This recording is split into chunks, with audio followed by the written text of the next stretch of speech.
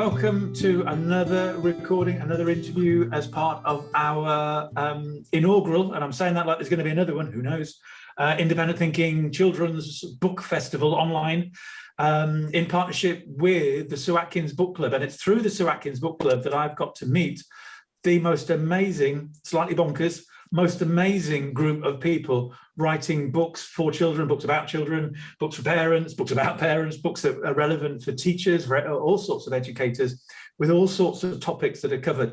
And each one's been slightly different. Everybody's come at it in a slightly different way, but the topics are so important. We all at heart, what we want is the best for children. And that's what these books are aimed. That's what we're doing with these books. We're getting books that aim to do the best for children. I've been talking to authors all day and all week. Whenever I close my eyes, whenever I go to bed at night, all I can hear is authors in my head. So we're on the final one of the day, but it's a hugely important one. It's also a topic close to my heart. Anybody knows my story or any of the books that I've written, which is why I'm really pleased to be sharing this book with you for the next 20 minutes, Isaac and the Red Jumper, written by Amanda Seyderhelm. And Amanda's here with us with her two amazing lampshades. Amanda, welcome. Tell us a little bit about you, about your background, about how you came, the sorts of stuff that you do, the wide range of things that you do. We've had a chat, a few weeks ago when I first met you, and it's incredible work that you're doing. And then sort of lead into this particular book and how this came to be written. Well, hi Ian, it's great to be here. Thank you for inviting me into this amazing festival. So yes, I'm a certified play therapist, and I'm the founder of Helping Children Smile Again. And I work with families and schools, organizations, helping them talk to children, young children as young as 4 up to 18, about loss, about death, about grief, and how to open that conversation, how to start a conversation. Young children don't find it easy to talk about, as you well know. So play is a mechanism, is a medium for children to play out literally their feelings that they're struggling with. And the story of how Isaac came to be is one that I've not talked about publicly before, but said that I would share that story today, because it's like all stories. It has a personal origin. I was very ill in the early 2002. I was diagnosed with ovarian cancer, and I was facing my own death. I had a 30% chance of survival, and at that time the treatments were very basic for ovarian cancer. I was in a very stressful corporate publishing job and took time out, and it was around that time that I suppose facing my own mortality, as I now know what it's like for a lot of people who do that, for me it activated this amazing sort of survival instinct. I didn't want to die. And it was around that time that I was dreaming very deeply. And I always say that actually, I didn't create Isaac. He came to me. He found me. And he literally came in a dream. And I woke up one morning, and I'd at that time been writing all my dreams down beside my bed, which is something I encourage all my clients to do. And I woke up, and the story was literally in my head, fully formed. I wrote it down, went back to sleep, and put it in a drawer for several years and didn't think too much about it. And then when I retrained to be a therapist, I remembered Isaac, and I thought, how interesting that at the lowest point in my life, a new story had begun. And that's something I think that I see a lot with families and children, that when they are approaching a loss of any kind, it's the end of something, but it's also the beginning of something new. It's the start of something new. And it was like that for me. So it was a new chapter. So Isaac, in a way, is born out of, yes, great sadness, but also a tremendous sense of optimism of what's possible when you start that story making process, which is really what my work's all about. It's helping people to find those stories that they're struggling to tell. And in young children, a book like Isaac is a tool to help them find that story, to tell that story. Thank you for that. I mean, that's a powerful story of your own. It's an interesting story in terms of the creative process. You know, that at one point, I remember once I was being told about the superconscious, that we all have access to sort of all this creativity, and we just have to let it sort of work its way through, and then ideas or stories or songs can sort of come to us fully formed. But they come at the point when they're needed, like Isaac came to you in that sort of way, and then you write it down. It's important because otherwise it'll go. And then also, I've always said books know when they're ready to be written. They know when they're ready to be read. You'll have books on your shelves, as we all do, where they might be there for years, and suddenly you pick it out and it's just the right book at just the right time, and you don't know how that happened. But also in terms of the writing process, that they know when they're ready to come out, to be published. And so, you know, clearly you're tapping into all of those sorts of things as well. And I think, when you face your own mortality, when you face death, it just strips everything else away. When I talk about love, death, and everything else is admin, everything gets stripped away. You just become open, I suppose, to what the universe is sending your way, without getting too deep about it. So thank you for sharing that. You said right at the beginning about, you know, from 4 to 18-year-olds, and that, you know, young children, you know, have trouble talking about it, but adults have trouble talking about death as well. Let's start with the children. No, let's start with adults. We can go back to the children, because that's what the book's about. How, in your experience, do you get adults, whether that's parents, remaining parents, surviving parents like myself, how do you get them talking about something that is still so taboo? We still use so many euphemisms. Oh, she's gone away, or he's gone to sleep. How do you open up those conversations about death with adults, Amanda?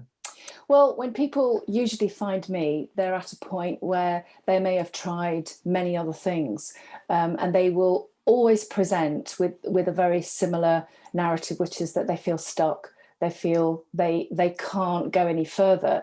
So that is a door for me. That's an opportunity to really introduce them to the creative tools. So I use the same tools that I do with children, that I use them with adults as well. It's just perhaps tweaked slightly, but it's an invitation to be the character, if you like, in their own story, and tell me that story. So I always start with, tell me what happened. I get the narrative out, we get that onto paper, and then really it's a case of building trust and reflection, lots and lots of reflection, so that they can understand where they are as the hero in their own story. Where are they? What are the obstacles? What are the challenges that they're facing? And what do they need in order to I won't say move forward, but to live? I mean, that's really, I suppose, the point I got to it was about life. I didn't want it to be about death. I wanted it to be about living, and whatever that meant. So I always hold that for all my clients is, what is it that you want to live for? What is it that you feel you're not living for? And then we go from there. So it's a conversation, but it's a way, I suppose it's unlike a lot of other psychotherapists that do the talking, just the talking therapy.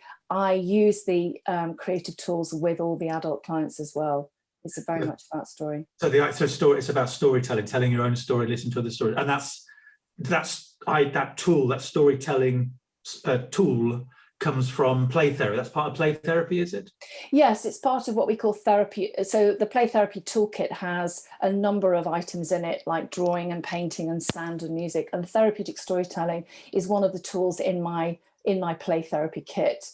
And it's therapeutic in nature because the person who's taking part becomes an active participant in the journey of the storytelling. So it's not passive as it might be when you're sitting alongside a child or you're reading a book yourself. You are the observer. In therapeutic storytelling, you are the participant. You become actively involved. So as the therapist, I will be engaging with you, asking those questions, reflecting back how you feel about the various parts in the story. So it's quite different in that way. At the end of that, the adult will not be the same. They'll be changed. It's a way to process change. There's a quote from D.H. Lawrence I've loved for years, which is, one sheds one's sicknesses in books. The writing process, the creative process helps just get stuff that's there stuck. out. Yes. And as soon as you're shifting it from that emotional part of your brain into an intellectual part of your brain that deals with words and with language and sentences and everything, which allows it to sort of come out. Yeah. It's out, I suppose. You can deal I think that's what's partly fascinating about this process, is that I've had people who've said, come in and say, well, I'm not creative, I can't write a thing. Don't ask me to write anything, will you? But the minute they start writing and doing really, simple prompting exercises, they love it.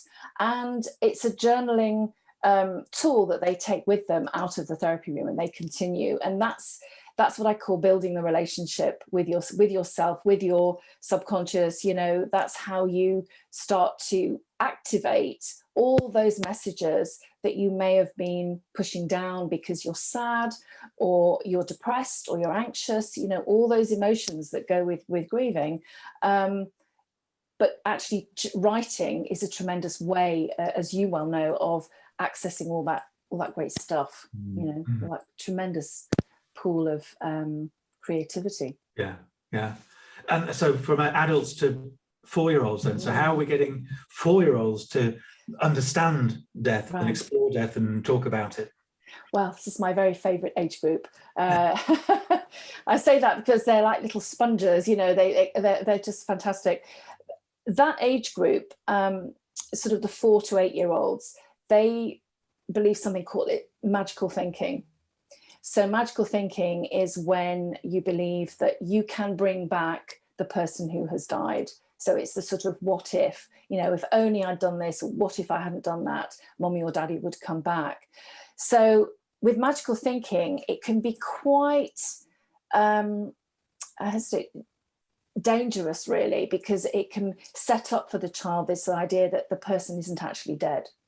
So what I'm trying to do in that age group is help the child understand the concept of death, and what that it's permanent, that we use language, like dying and death, so that they understand that it isn't something that's reversible. And again, story through character, this time through metaphor, that age group can really only relate to death through the metaphorical. So that's how they would understand that death is actually permanent. It wouldn't be through talking directly about it. The way to open up, or the way I open up that conversation, is through the characters in a story. And then the metaphor. So it comes across so powerfully in that. So tell us a little bit more about this. Maybe you read us a little bit from that one, Amanda. Yeah, sure. So Isaac is a story about a little boy called Isaac who loses his best friend quite suddenly, and he's shocked and really, I think, quite depressed in a way. Doesn't really know how to cope, doesn't have the language for coping, and is really stuck, which is something I see a lot. So I'm going to just read a few pages, and I thought maybe we could then, that would lead on to talking about those in the middle on page 12. And shall I hold up the yeah, show us that. Yes, as if you're reading to a class. It's nice. Yeah. Okay. So you're running 2 books at the same time. That's impressive. I am, and I've just realised I'm not on the right page. Sorry about that. Okay, so here we go. Nothing cheered Isaac up. His teeth started to chatter. He couldn't move his hands. He couldn't eat. No knitting for him. His whole world felt cold. Jenny, his friend, hoped for a miracle. She closed her eyes and folded her hands together and imagined Isaac's life being colourful again. Isaac and his friend used to knit little magic jumpers together. Okay. One day, Isaac was sitting on his window ledge, dozing with his eyes closed, when in his mind's eye, he saw Freddie, his friend, floating by holding an umbrella. Around him, Isaac could sense an orange glow. Isaac could feel the warmth from the orange glow. Isaac told Jenny what he had seen with his eyes closed, and they danced around the orange glow. Tell us about the orange glow. Well, the orange glow is the unknown. It's the energy, I suppose. You could call it what you like, the divine, the sacred, the intuitive. It's that part of ourselves that I call love never dies. It's the part that we connect to when we want to remember, I suppose, the person who's died. We can't bring them back, but we can build a continuing bond, a continuing connection with that person. So the orange glow represents that connection that Isaac eventually learns how to tap into. And by doing so, he finds a certain healing and peace, because he knows that his friend will always be in his heart. He won't be beside him, but he will always be as close as he wants him to be. And I wanted that to be in the book, to start that conversation around, this is a choice. At some point we make a choice to build a connection with the person who's died, who we've loved. And that is a journey in itself. You know, when you're first grieving, it's very hard to do that. But children learn how to do that. And actually, I think children learn how to do it more easily than adults. I think adults, we have a whole load of stuff in the way. You know, we can be well defended, we can not want to do that, whereas children are quite accepting of this idea. And I think if we can, it's why I'm passionate about doing it with this age group. If this age group learns how to do it, I think it's a real treasure that they take with them into adulthood, so that any other loss that they have, you know, and let's face it, they will continue to have losses. If they've learned how to do this, it's something that's just going to build resilience as they get older. So when the other losses start to occur, that part of their brain that will have actually been developed. And we know through play that that's exactly what happens. Neural pathways do become more elastic. And the more we can do this, I think it's going to be easier for them to process other losses. Their grief isn't going to feel quite as stuck, or quite as hard, quite as difficult. No, I hadn't thought of it in that way. This idea that you're not only helping children through the current loss, you're preparing them for future losses, and also that, you know, children with access who read the book read to them, who haven't experienced loss yet, but you're still preparing them with the tools, psychologically and neurologically, to be able to deal with the loss that will inevitably happen at some point. Or at the time goes so quick. I know. How are people using it? What sort of stories are you hearing back about people using the book in either a clinical setting or in school or in families? I think the main thing that people like about it is the idea that the jumper, the red jumper in the book, is the metaphor for representing grief. So when Isaac is really sad, the jumper turns grey. When he's feeling more optimistic and happy, it turns red again. That's something children can relate to. So in school settings and in clinic settings as well, that's a conversation opener. What colour is your jumper today is a way to take a child's temperature of, well, how am I feeling today? You know, then you can actually start to work with the colour, with the texture. How big is it? How small is it? Does it feel like it fits? All those things are ways into a child's world. So, yeah, I think the metaphor is a doorway in. When I read it as well, I could relate to my kids and this idea that I'm going to wear this one today, but I could take it off. I'm going to do it on. That's what I do. Yes, exactly. It's a choice. It's always a choice. You're not ever stuck. No, I like that.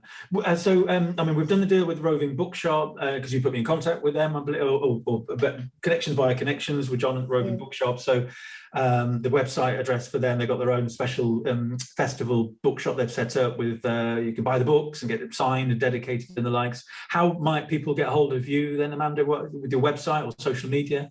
Yes, so my website is amandaseyderhelm.com. On Twitter, I'm at the Kid Decoder. That's KIDDECODER. I'm on Instagram as well at Amanda Seyderhelm. All right. And, Okay. yeah. Thank you for that. Kids decoding is a whole other. Yeah, it's a whole other conversation. Yeah. Of the decoding of children. I love it. I love it. Yeah. Thank you. Thank you for that. Thank you for that. Thank you. For the work that you're doing in this important area. And like I say, from my own experience, I can see how beneficial it is. And the more people we can have talking about that, the more we can help children at a time when they need it most. Absolutely. So thank you very much, and keep that up. Thank you, Ian. Thanks very much for having me. Thank you. Bye. Bye.